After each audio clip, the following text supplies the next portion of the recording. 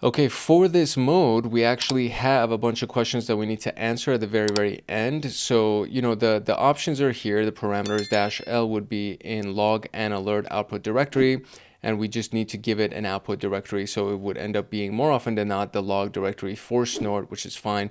Default action is to dump it as TCP dump format in Snort directory. -K ASCII logs packets in ASCII format. -R reads things, reads the whatever we have inside of a PCAP file, and we need to give it a path to actually read. So if we use this, we do need to give it a path. And then -N specifies the number of packets to be processed or read. It will stop after reading the number of packets. So before generating logs and investigating them, we have to remember the Linux file ownership and permissions. There's no need to delve deep into user types and permissions. Snort needs super user or sudo rights, so we got to use it with sudo. They should have said this at the very beginning. I don't know why they're saying this now. So we will need root rights to investigate the log files, which is also known as just using sudo. So sudo chown username file or sudo chown username r directory. So elevation of privileges. You can do that if you want to just go ahead and change the ownership, I guess, or you can just do sudo at the beginning of everything. I don't know if we need to do that. Changing the ownership of files and directories.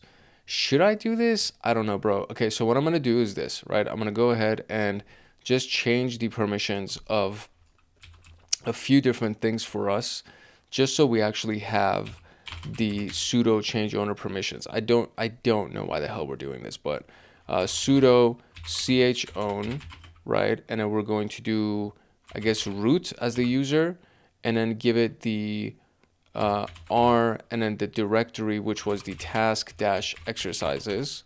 I'll do that. So failed to open directory task exercises. Okay, well, I don't know why the hell you're making me do this if that's not, okay.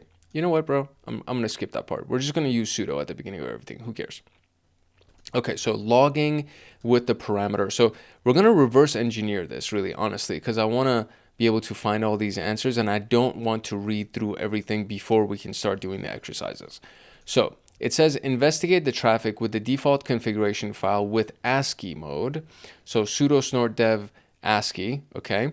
And then execute the traffic generator and choose task 6 exercise. Wait until the traffic ends, then stop the Snort instance. Now analyze the output summary and answer the question. And then, okay, so this is the next step of this. Now you should have the logs in the current directory. Navigate the folder for this. And what is the source port used to connect to 453? Okay, so we're going to run it with this command. It literally tells us to run it with the current command, and it's going to have the output be inside of our current directory. So that's great. We're going to be running it with ASCII mode as a developer. It seems like, I don't know what the DEV, oh no, I'm sorry. It's going to be a dump. It's going to give us link layer, and then it's going to give us verbose output. That's what that is. So these are the flags. So we're going to do a data dump with the link layer header as well as a verbose output, and then we're going to give ourselves the output of ASCII, and then we're going to have it be done inside of our current directory. And then we're going to run the traffic generator, and we're going to generate which traffic? Task 6 exercise. Okay, so here we go. Sudo snort -dev -K ASCII, like that, -L, and then give it a local location. Actually, so you know what? I'm sorry. Let me just skip all of that. We're just going to clear that. We're going to go back into the task exercises. Oh my God, I just changed the permission. So sudo cd task exercises, and the command is not found. I think I just made a really big mistake, because when I did that sudo change ownership, it now is giving me an issue and I can't access task exercises. How crazy is that, bro? So sudo chown, and then let's do, what is it? Ubuntu will be the user. I can't believe I just did that, dude. Let's see if this changes things, and now we can go back into task exercises. Okay, there you go. Holy cow. So it did work.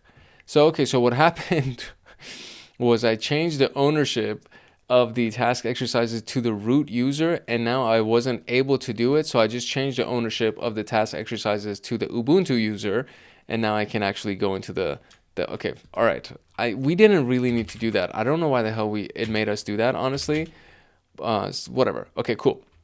Okay, so now we're gonna do inside of this location, we're gonna run sudo snort with the dev-k, and we're gonna do the ASCII-l dot.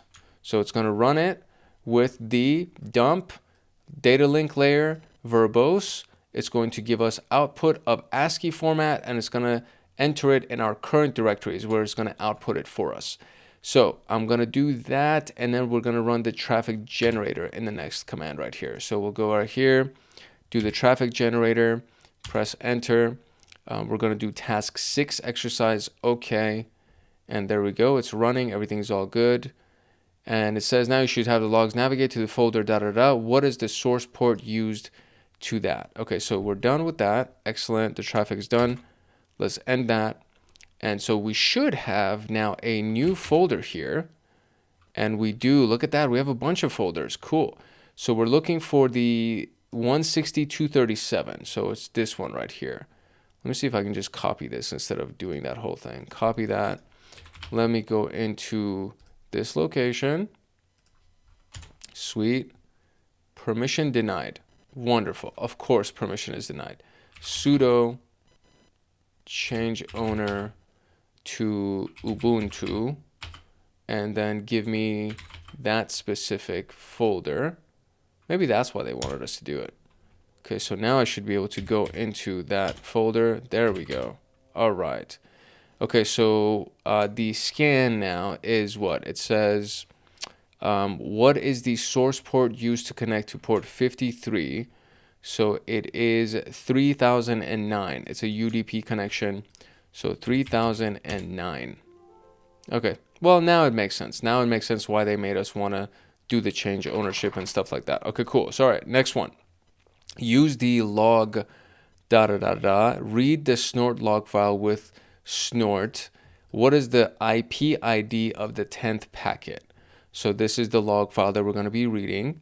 Where would that be located? That's the key piece that I'm like, okay, well, so if I'm reading TCP dump log file, snort log, where are the logs? I don't understand. Configuration samples, log files, are they in the var? Oh, I think they're in the Verilog snort folder, right? So, okay, so if I go ahead and, so what do we do?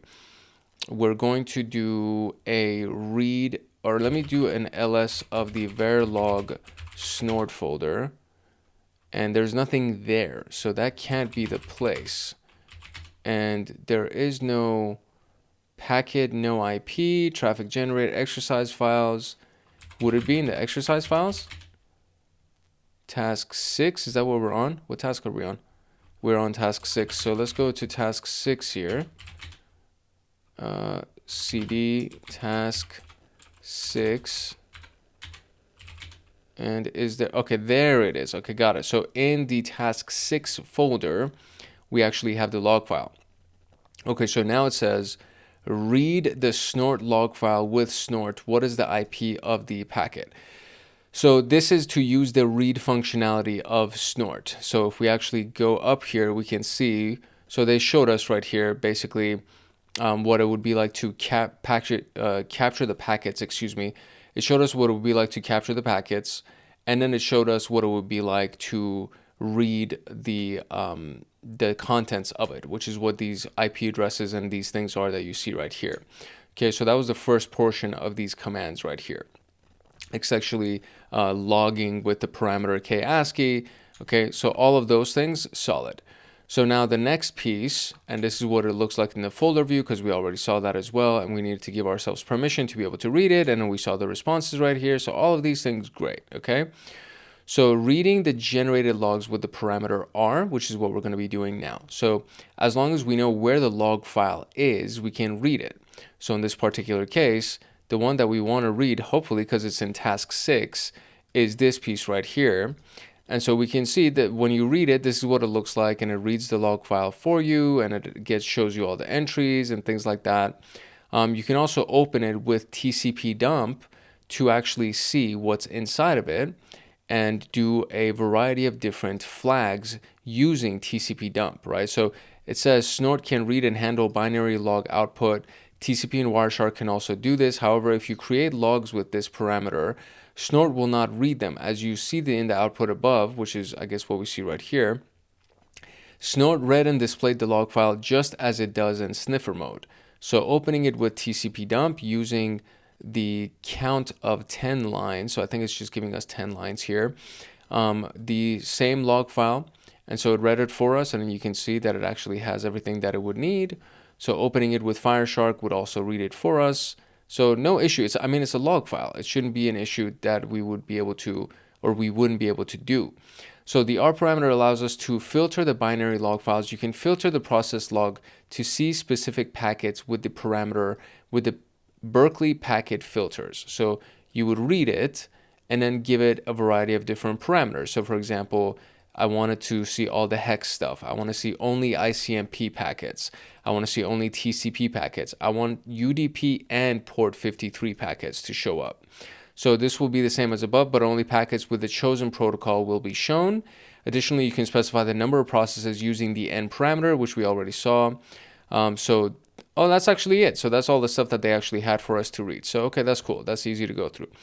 So now it says read this, which is, I believe, the one that's here. Perfect. Okay, great. What is the IP of the 10th packet? So the IP ID of the 10th packet. So we're going to do snort-r, and then we're going to give it this snort.log file. Very good. By the way, this is a really good trick if you're not familiar with Linux. As long as you type the first portion of something inside of a folder and then you press tab, it'll fill the rest of it in for you. So that's a cool little hack right there. And then so we want the 10th packet, so we're going to do the -n and then just the number 10 to read 10 lines. So let's go up here and read the 10 lines. So the 10th one would be this one right here, right? So we're looking for the IP ID. So IP ID is 49313, I think, right? So IP length, yeah, 49313. So let's try that, 49313. Solid. Okay, so read the packet with Snort. So same log file. What is the referrer of the 4th packet? So we do the same thing, right? Same exact command, except now instead of reading 10 lines, we're going to read 4 lines. So we're going to go up, find the last one, which is this one right here. And then we're looking for the referrer. So no predecessor found for this. Which one is the referrer? Referrer. I think I'm definitely missing data for this. So we're going to see, I think, what's the hint says? Okay, -x. So we got to do the same exact thing, actually. We're just going to do -x to get the most information for each one. So let's see if that actually, there we go. We actually got a bunch of data. Okay, so we want the referrer, which is this guy, http ethereal.com/development.html. And so I got to go ahead and actually type that out. So www.ethereal.com development.html. Perfect. All right, so read the log again with Snort. What is the ACK number of the 8th packet? So let's now do the same thing, and I'm just gonna keep it with the X option, but let's see what the 8th packet gives us. So if we go over here, we want the acknowledgement number. This is the 8th packet, massive freaking packet, holy cow. Okay, so the ACK number right here, this is the ACK number. That one's a little bit more straightforward. So we're gonna copy that one. Cool. And read the file. What is the number of the TCP port 80 packets? So we want to look at TCP port 80. So what was it? TCP and port 80. So the number of the TCP port packets. So we want TCP and port 80. So we're going to read the full thing. Let's go back in here. We're going to read the full thing. We want TCP and port 80. That's the thing that I'm most interested in. So we're going to do something like TCP and port 80, like that. Hopefully that's, come on, that's the command, right? So it reads it. Total of 41 is what we got. Boom. Look at that. That's it. That's how it works. Nicely done. So we just ran this command, right? So literally read it with Snort. So Snort read, gave it the name of the log file, and then we just put inside of this little quotation TCP and port 80.